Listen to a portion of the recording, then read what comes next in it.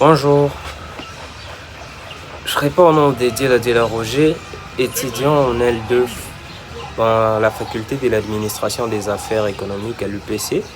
Si je me tiens devant vous, c'est pour vous parler de la GRH, qui est la gestion des ressources humaines. Et sur ce point, nous voyons premièrement la définition. Bon, ma définition, elle est un peu courte. Je dirais que la gestion des ressources humaines, c'est la manière dont nous faisons matcher les besoins de l'entreprise à celles des hommes ou des femmes qui y travaillent. Sur ce, nous voyons comment les personnes seront investies dans ce qu'ils feront et la manière dont l'entreprise s'engage envers eux. C'est un peu ça. Et après ça, nous vous parlons de pratiques. Il y en a plusieurs, mais j'en prends trois. Dans les trois pratiques que je pris, nous avons ce qu'on appelle la formation. Après la formation, la rémunération et le recrutement. Et par là, nous allons commencer par le recrutement. Dans le recrutement, dans une entreprise quelconque, il y a un vide. Et ce vide-là doit être rempli par une personne compétente. En ayant diagnostiqué le problème et en trouvant qu'il y a un vide, il y a une personne qui manque à cela, nous devons trouver une personne adaptée à ces postes-là. Et pour cela, la personne ne viendra pas juste comme ça. Par exemple, dans une entreprise de start-up tech, on a besoin d'un développeur.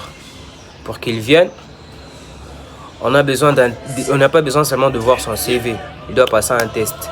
Et après, dans les tests, on verra que non, si la personne est apte à être employée dans l'entreprise. Après cela, nous voyons la formation. La formation, dans ces cas-ci, est très importante. Parce que là, nous voyons le monde évoluer. Et comme nous voyons le monde évoluer, il y a des nouvelles technologies qui apparaissent. Nous ne devons plus rester dans des technologies qui seront plus tard jugées archaïques. Nous devons nous adapter aux nouvelles technologies. Prenons par exemple une entreprise d'informatique, comme précédemment. Dans une entreprise d'informatique, il y a des nouveaux logiciels qui apparaissent. Et dans l'entreprise, pour réaliser certaines tâches en informatique, on utilise souvent des logiciels. Et chaque année, il y a des logiciels qui apparaissent. Et certains logiciels facilitent encore plus le travail. Et dans ces sens-là, les personnes devront être formées plutôt. Ils devront être formés pour y faire face.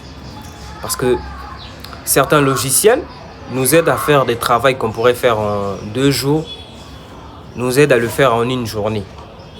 Et si nos personnes et nos employés ont déjà été formés, cela les aidera à réaliser plus vite leur travail.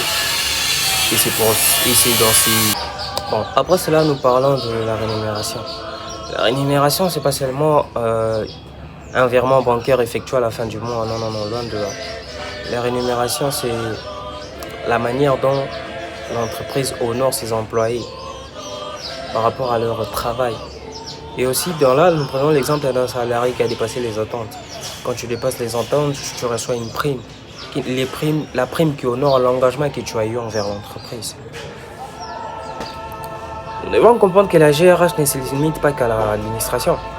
Elle influence aussi beaucoup de choses. La motivation par ailleurs.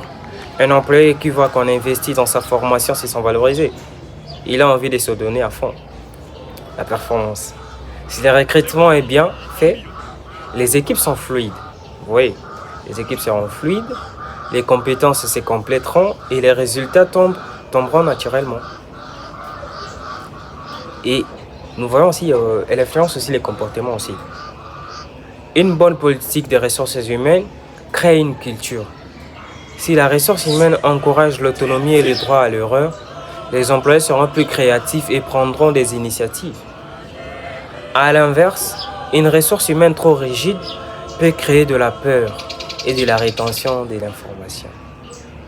La rétention d'informations plutôt. Bon, merci à ceux qui m'ont suivi du début à la fin. Je ne suis pas trop habitué à ça, veuillez me comprendre. Merci.